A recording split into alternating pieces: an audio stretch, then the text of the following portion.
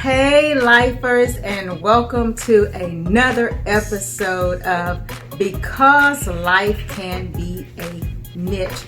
I am so glad to have you here in the living room with me again. I am thrilled, beyond thrilled, because I think we're almost at 100 subscribers on the YouTube channel. So that's a big deal. I know some people have thousands and millions of subscribers, but hey, this girl is just happy to almost hit that 100 mark. It's very important to me. It's very important to all of us because we know that you are watching, and that means the world. So if you're watching on the YouTube channel, you know what you need to do. Go ahead and hit the subscribe button. For those of you who are out there in social media land, please follow me on Instagram, Facebook, and Twitter at Katie Bryant Writes, and check out the blog Life Unfolding at katiebryantwrites.com. I'm dropping something there occasionally. Be sure to holler at us on Fridays because we drop Farmhouse Fridays when I'm in the kitchen cooking or doing, grilling or whatever, doing something I love to do.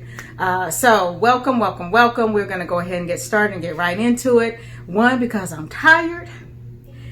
Those of you who are watching, you can probably see that I'm tired. And two, because I really want to get into this topic and go ahead and chop it up with you and hopefully get some feedback from you on what you think about this topic today. So the tea of the episode, and you guys know I always have a favorite tea, but I went back to an oldie but goodie. This is my favorite, one of my favorites right now, and it is called Paris. And I'm drinking Paris because it puts me in a happy place and it calms me down. And I can tell you that I have definitely been in need of happy and being in a happy place, because I have been working like a mad woman and not intending to work as hard as I have been working. And that's what the topic is about today. I don't know what to call the episode. The Purge. I know that's a movie about, mayhem. And had to get that last sip of tea before I put it down. I didn't want to put it down, but I don't know if it's called a Purge or if it's called the Declutter times 20. But we don't even have an episode from last week. So for those of you who've been following, you probably noticed that we changed our drop date from Mondays to Thursdays. And we have been pretty much dropping on Thursdays. But there was no episode last Thursday because I couldn't do an episode last Thursday because I was purging. And that's what I want to talk about, is the magnitude, the magnitude of mayhem, the magnitude of stuff that happened this past week that wasn't supposed to happen, was overwhelming. I'm still exhausted. My poor mom is still exhausted. I told her, I said, Mom, you should do this episode with me because we did this together. And she was, she's probably asleep right now. I'm sure she's like, no, I'm not having it. But I don't know if you guys are like me, but there are times when if I'm going through a lot internally and grappling with a lot of things, I tend to change or take control of things outwardly to kind of give myself some peace. And that's how this all started. So just a long story, it's a long story long. I have children who are, of course, school age kids. And there has been if you're a parent, there's been the decision or the debate about whether you send your kids to school or whether or not you keep them home. My school district happened to give an option to parents. So you can either send them in person for learning, or the first semester you can digital learn. And I knew the end of this past school year, how the homeschooling situation went down. It was a, whoo, Lord have mercy, it was a mess. It had my mama refusing to learn new math. Certainly not teaching it. Even she's a retired teacher, and she's like, we did new math, but this is a new math. So she wasn't learning the new math. And she was like she was the au pair, you know. She's here with us, and because I was working, and I've been blessed and very fortunate to still have a job, and I work from home anyway. So there was no transition of working from home for me. It was just keep doing your job, and you know, now you just happen to have more people in the house while you do it.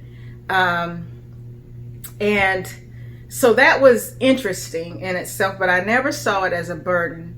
It was definitely funny at times. It was a lot of work, and an adjustment to what we were used to, but definitely not anything that I would whine about, because I happen to have a support system. I know there are parents out there who don't, and who have to work, or they have jobs where they can't stay at home. And so it's different. So my experience was different coming from that perspective. But, you know, when it came time to decide, you know, well, are you going to send them back or what? I knew that one of my children has asthma, and I wasn't going to take that chance and have him exposed or overly exposed or whatever, because we've seen what the coronavirus does, especially to people who may have immune systems that may be compromised. And asthma is definitely, if you have a respiratory issue, and we know that the coronavirus and respiratory issues is not a good mix, no matter how you look at it, no matter how healthy you are otherwise. So, you know, I said, okay, well, no, I'm not sending them back. So once I got my head around that decision, that they were going to be here digital learning for the first semester, I don't know, I got anxious. I don't know what it is, but you know, we didn't do any vacations this year, and we didn't go any place. So there's this constant reminder around my home of just, I don't know, it's just when you're home all day, all the time, and you don't go anywhere. When I travel, I kind of forget that I have a stack of books someplace, or there's, you know, a pile of things I said I was going to file away, or clothes that I was going to go through and give away. You know, those things are not as in your face when you're kind of got other stuff to do. But when you're home all day, not traveling, not going anywhere, you just kind of start to notice things. And I was thinking, man, this is going to be a big change, because this semester is not going to be like the end of school. We had to, you know, school had to call an audible, and it was just saying, hey, we got to make this work right now because you can't come back. Now there's time for planning. There's going to be a full day of instruction. There's a lot more, it's a lot more rigid and a lot more strenuous. So already I'm like, I got to get organized. And it's not like, you know, I have the classroom set up, but I got to get some type of classroom set up, and I've got to have order. And as I'm grappling in my mind and in my heart and going through all this stuff, the first thing that I see that I can do outwardly to handle the confusion and all the anxiety or whatever I'm going through inwardly was to purge and to clean the closets out and reorganize the closets. But I didn't want to just reorganize. I really wanted to like structure the closet so that our space was more efficient, because nobody's getting smaller. Everybody's growing up around here, and we are outgrowing this house. And even though the kids have their room, and you know, there's space, if you ride by down the street, you're probably like, oh, that's plenty of room. So you come in here, and it's just like, no, like their clothes were jam-packed, and there was no space for clothing or shoes and all this stuff. And I told my mom, I said, you know, I got to do something. I got to get this thing together. This is it. This is how I'm going to get organized. I'm going to get this house organized and get everything set up and set their classroom stations up. And if everything's in order and organized, I'll feel better going into the school year. And I got to get it done before school starts. So that's how the debacle started. And so I went through this day. I don't know what I was thinking, but I went through this like, let me find someone to do the work because I don't want to do it. And at first I was looking at all these beautiful closets, these closet reorganization companies. And, everybody's like a month out, 2 months out, we can look at your stuff virtually. And I don't want to put that kind of money in a home that's 20 years old. And so I was like, well, I don't need that kind of level. I mean, that's the next home closet organization. Let me find something else. So I went through this service and, hired someone, to reorganize the closets and do some shelves and just kind of take the wire stuff down and some of the things that came with the home and just make it nice. I'm going to show you pictures because when you see it, and I have before, in the middle, and after, so you'll know why this episode was necessary. I just got to talk about it to get through it. I've been traumatized. Whew, I got to talk it out and get over what's happened. And so the project started. Young man, very nice guy, came by and, looked at it and, said, oh yeah, this will be an easy job. Oh, I can do this in 4 or 5 hours. And I was like, oh, great. Really? Okay, it's 4 closets. I'd like to see how that's going to happen, but okay, good. And what we thought was going to be 4 or 5 hours, lasted well over a week. My house being torn up. So here's the whole point. The house was just in disarray. The kids went to their grandparents' house. And so they were out of town, and I had this window to get all this stuff done. So when they came back, we're set, we're organized, we're ready to rock and roll. We got the house, more efficient use of space. We got the house set for learning. I feel better about it. I feel more comfortable. And hey, this is kind of like our vacation spot, and it's organized. We want it looking like you can chill here, not like, what's that pile? What is that over there? What is that pile of stuff? What are those books? Where do they go? We don't want any of that. So it once the things started coming off the wall, the young man, would come, but just like a contract project, some days it's like, okay, I'll be there at 11, come at 4 o'clock in the afternoon. I'm still working. And so like I'm getting off work at like 6 in the evening and I'm, doing stuff or cleaning or whatever. And it just went on and on and on. And I'm like, oh my gosh, when y'all see these pictures and just see what came out of the closet, first of all, it's a wonder. I used to joke, I think I joked earlier on one of my Instagram posts about, E.T. and how he was living in this home and the kids knew, but the mama didn't. Literally, E.T., his mama, his daddy, his grandmama, and his aunts and cousins could have been in this closet. And I would have been walking in that joker every day getting some clothes, and I never would have seen them. That is how packed out this closet was. It was packed to the max of things that I told my mom. I was like, oh, I wear all of this stuff. Because I thought I did.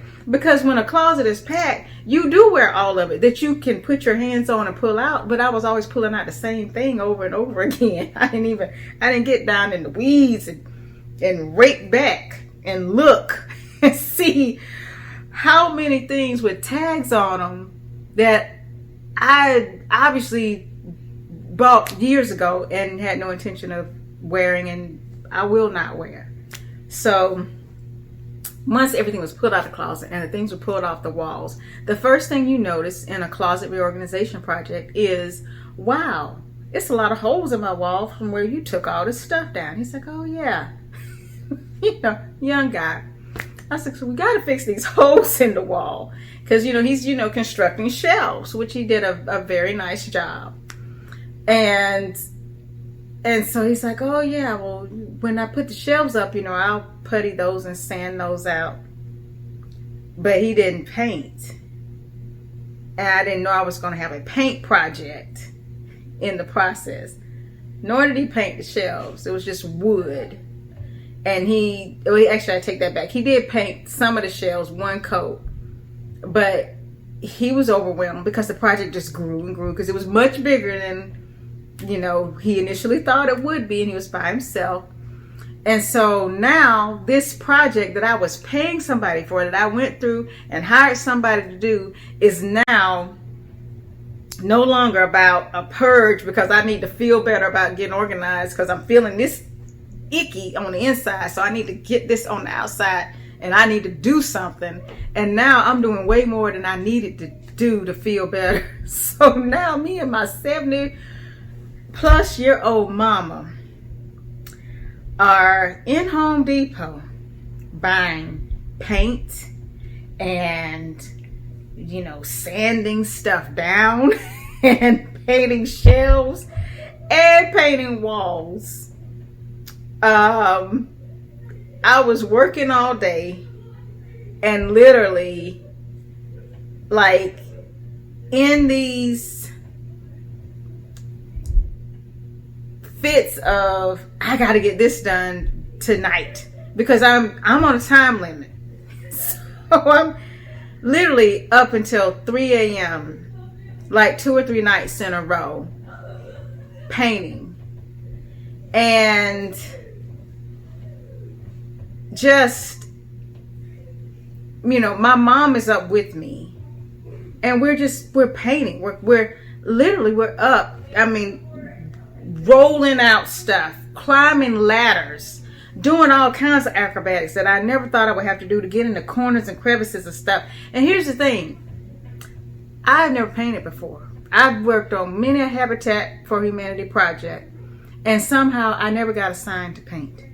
So I wasn't a painter. My mom wasn't a painter. She had never painted before either, except one time with my father.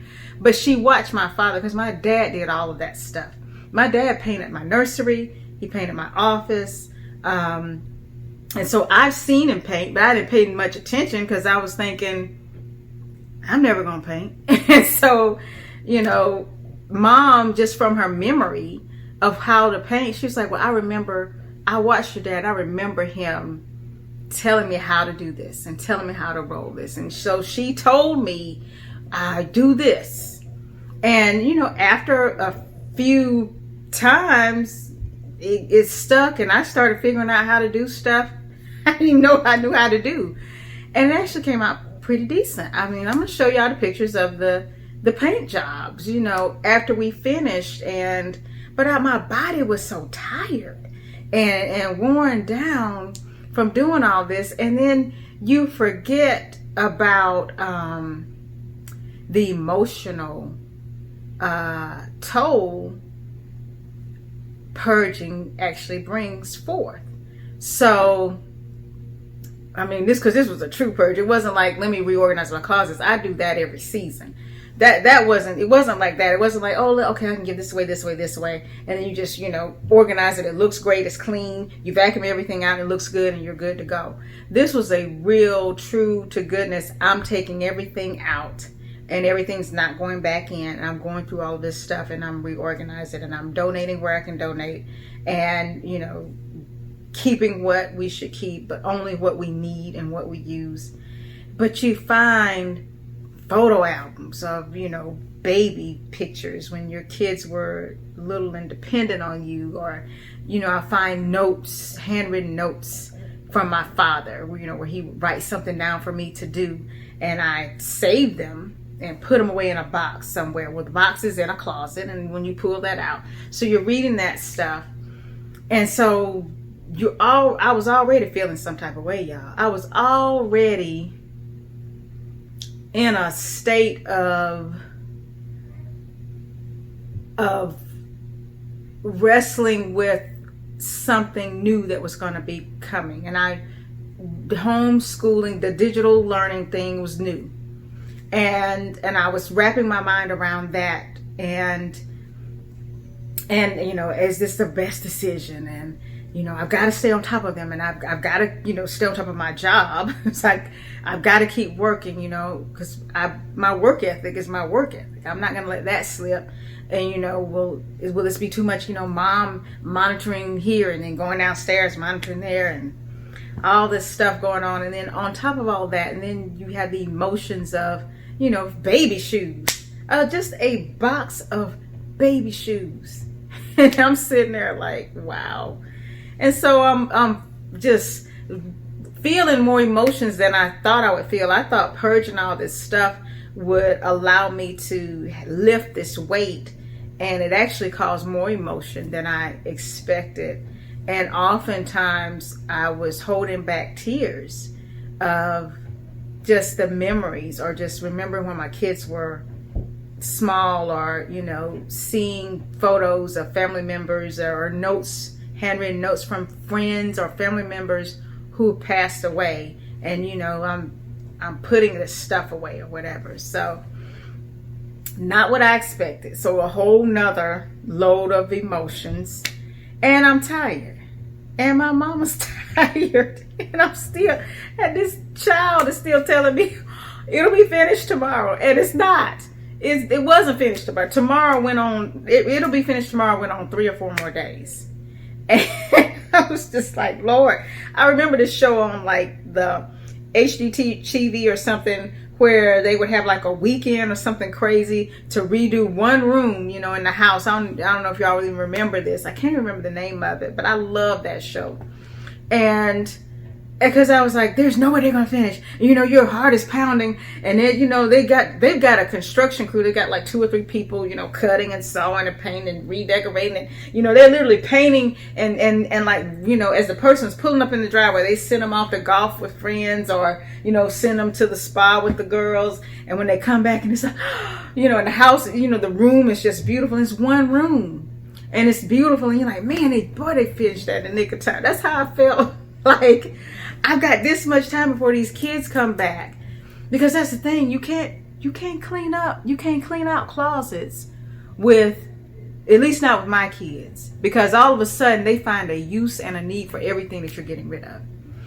So, toys, books. I still read that book. Do you really? Do you read, Go Set Go? No, you don't.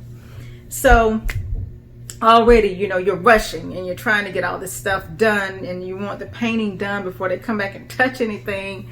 And it was just chaotic. And I mean, we not only did the 4 closets, we also cleaned the garage and completely reorganized that. And I don't even know if I had a before picture of the garage, but I do have an after picture, so you can just see all the work. But just the heavy lifting. I'm bruised. I'm bloodied up. I don't know if you all can see that bruise on my arm, and I have like 3 or 4 of those on my legs on each side. I don't even know how it happened. I don't know if a little closet gnome that was trying to stop progress came and punched me in the middle of the night, like, stop organizing right now, and just punched me in my sleep, or what, because I cannot explain how I'm so bruised up. And how, I was climbing ladders and lifting things that were probably heavier than my body weight. Just doing the most. I hurt my ankle. I don't even know how that happened. I literally have not been in my boot camp all week because it hurt to walk on my ankle, but I never twisted it. I didn't do anything. It was like I woke up in the morning, and it's like the closet gnomes, bashed my ankle. You know what? They're just old and don't have no business doing any of this. But it was just, I was so tired. I'm still so tired. And my mom is tired. And it's like we were laughing. But at the same time, we felt Daddy's presence, here. Because Daddy was definitely a man who could come in and paint and organize and get things. Some stuff I left because he already had it organized and set aside, and I just used that same place to put the things that he had labeled. I just put them in there.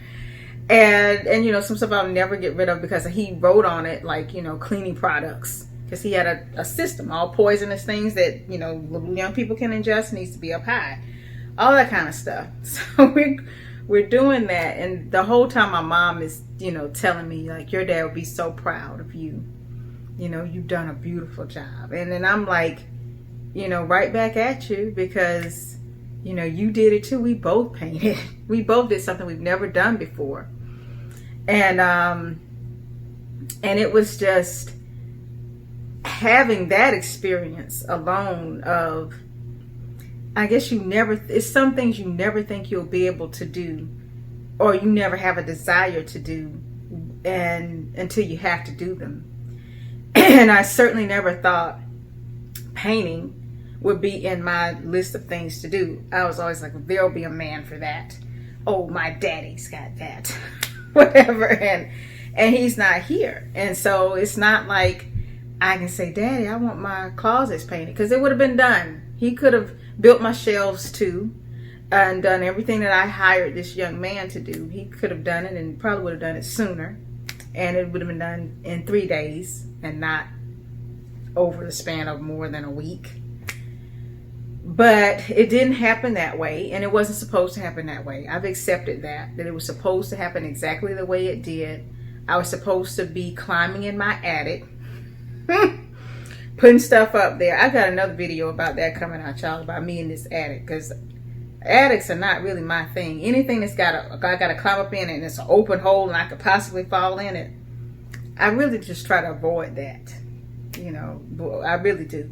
But, you know, I'm looking in the attic, and I'm pulling things up and lifting things, and after all this painting is done and all of the things, and I'm cleaning up, and we're, you know, cleaning up sawdust and all kinds of just everything, and, you know, going through the clothes, literally sorting out the clothes and the toys and everything. We have 10 bags, 10 like garbage, like leaf bags, like your garden variety black bags full of clothes to donate, and so much stuff, and appliances and tools and all kinds of stuff in great condition, some things with tags on them.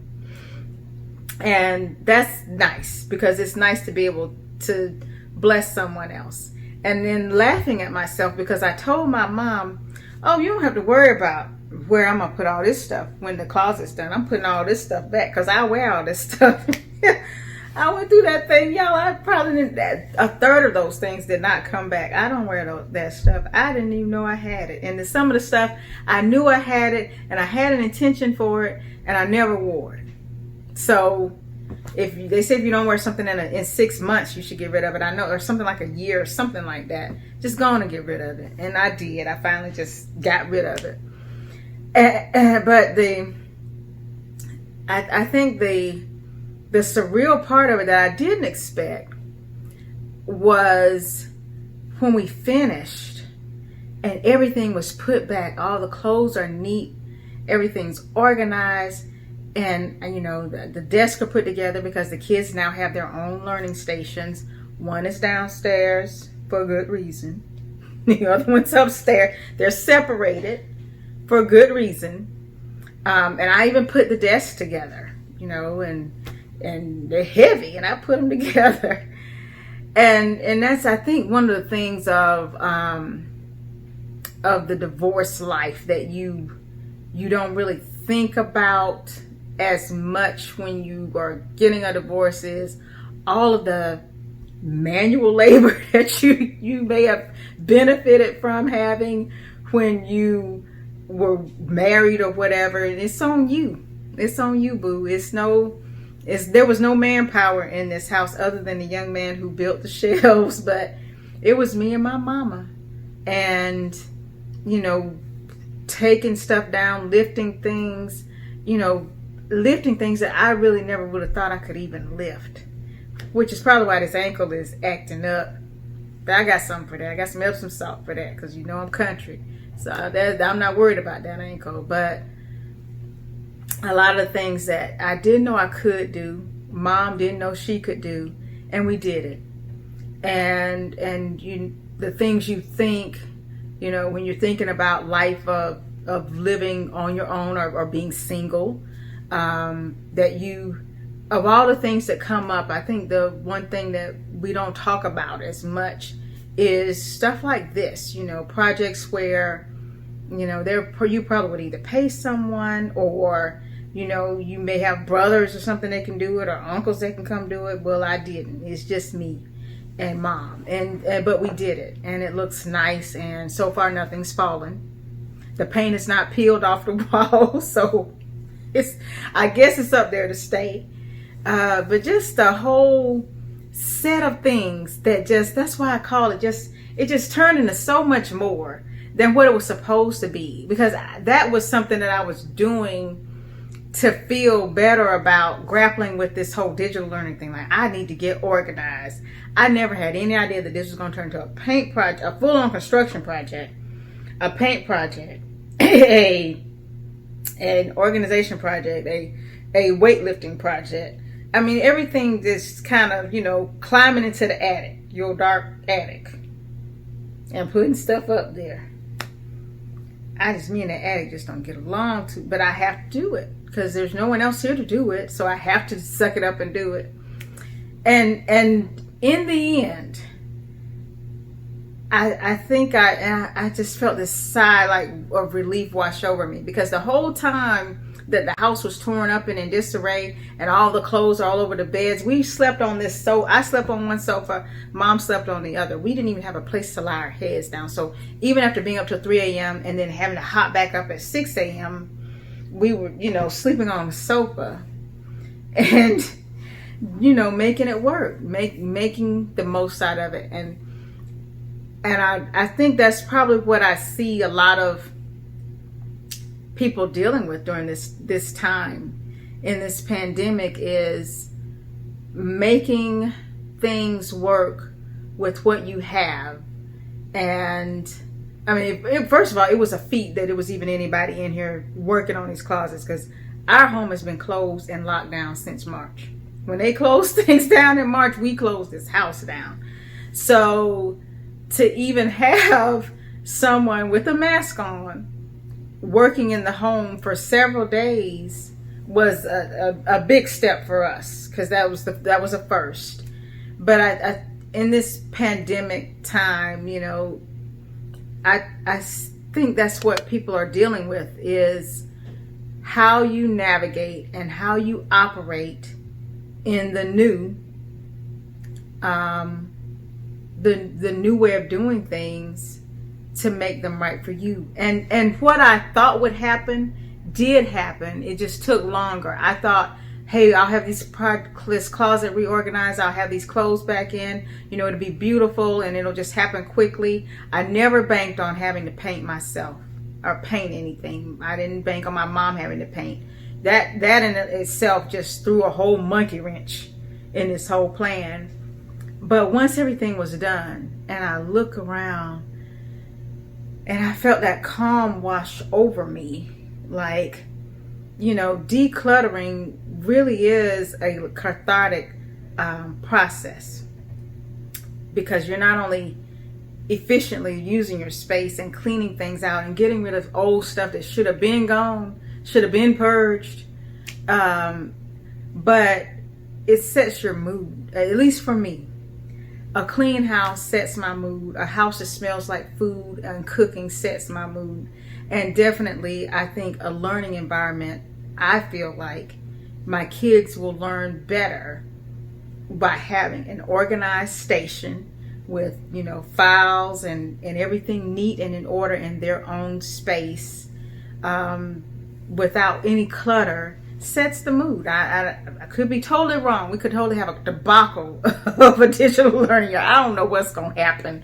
I mean, I don't know. Everybody acting up so much out here in these streets. I really don't know what's going to happen, but I do know that ET and his family, if they were there, they moved, they vacated the premises, because now I can see what's happening in my closet and what's happening in my boys' closet. So that is, if I have, I guess, anything to share, I think that's the one thing, that if you find yourself feeling overwhelmed or like too much is happening, if there is any kind of way that you can look around and see how you can change up the things physically around you, that sometimes that just helps to set the mood. It could be something as simple as rearranging your furniture, or, because I even did that here in this living room, and it just changed the whole space to, I mean, literally, we would not hang out in here.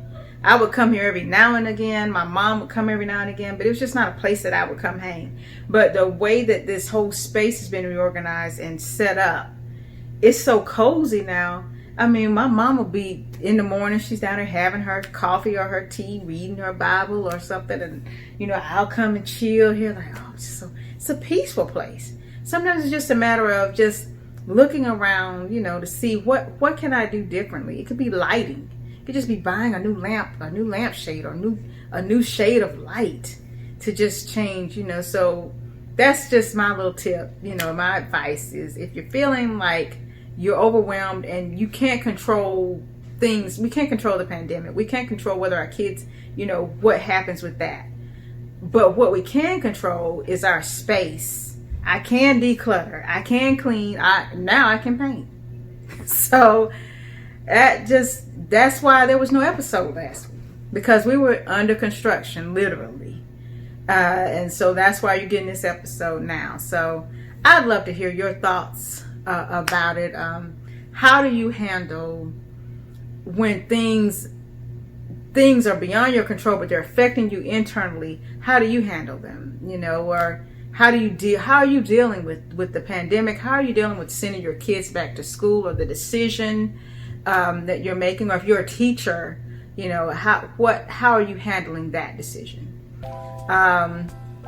Because it's a lot. It is a lot of debate, a lot of things being said, and just stuff spewing out of folks' mouths. Lord have mercy.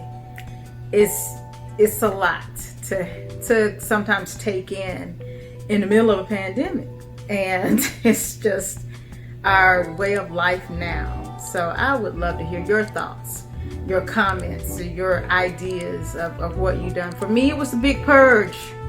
That helped to set me at ease and be more comfortable in my home, since I've been confined to it a long time, and will continue to be.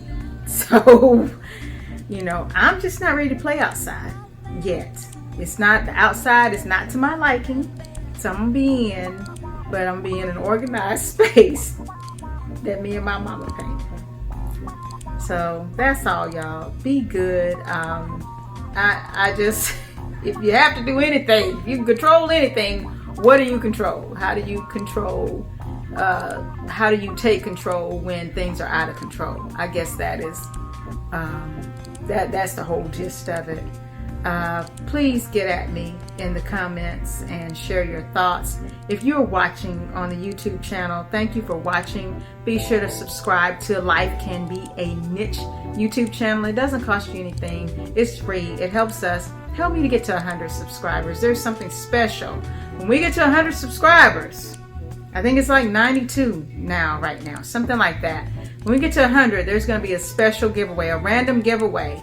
So you don't want to miss that. So be sure to hit the subscribe button. If you hadn't, it's free, baby. And follow on Instagram and Facebook and Twitter at Katie Bryant Writes. Life Unfolding is the blog. It's katiebryantwrites.com. Check out the blog. Farmhouse Fridays drops. Please be sure to check out some recipes. Share your recipes. Cooking is my favorite thing. So I'd love to see you there. And just be good to yourselves and be good to each other. Thank you for joining me here in the living room and doing life with us. We appreciate every one of you, and I will see you when I see you.